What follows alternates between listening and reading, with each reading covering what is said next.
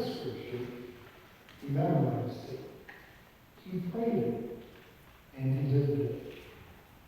We are blessed to be able to share all the scripture with you this morning. Today's Old Testament reading comes from the book of Genesis, chapter 17, verses 1 through 7 and 15 through 16. When Abram was 99 years old, the Lord appeared to Abram and said to him, I am God Almighty. Walk before me and be blameless, and I will make my covenant between me and you, and will make you exceedingly numerous. Then Abram fell on his face, and God said to him, As for me, this is my covenant with you. You shall be the ancestor of a multitude of nations. No longer shall your name be Abram, but your name shall be Abraham. For I have made you the ancestor of a multitude of nations. I will make you exceedingly fruitful, and I will make nations of you, and kings shall come from you.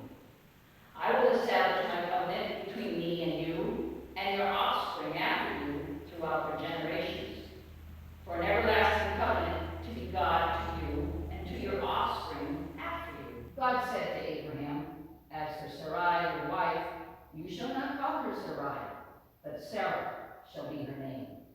I will bless her, and moreover, I will give you a son by her.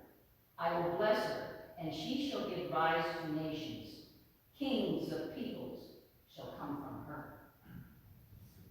Today's gospel lesson comes from the book of Mark, chapter 8, verses 31 through 38.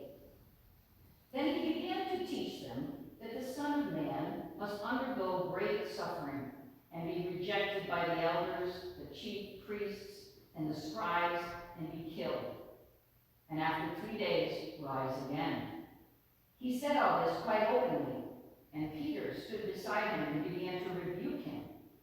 But turning and looking at his disciples, he rebuked Peter and said, Get behind me, Satan, for you are setting your mind not on divine things, but on human things.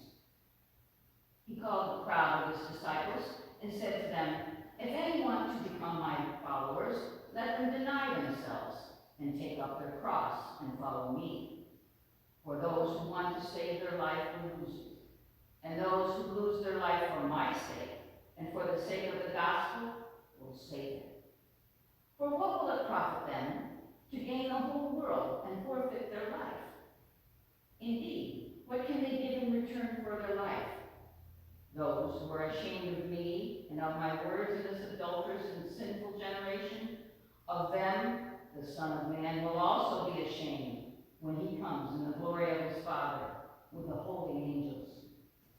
This is the word of God for the people of God. Thanks be to God.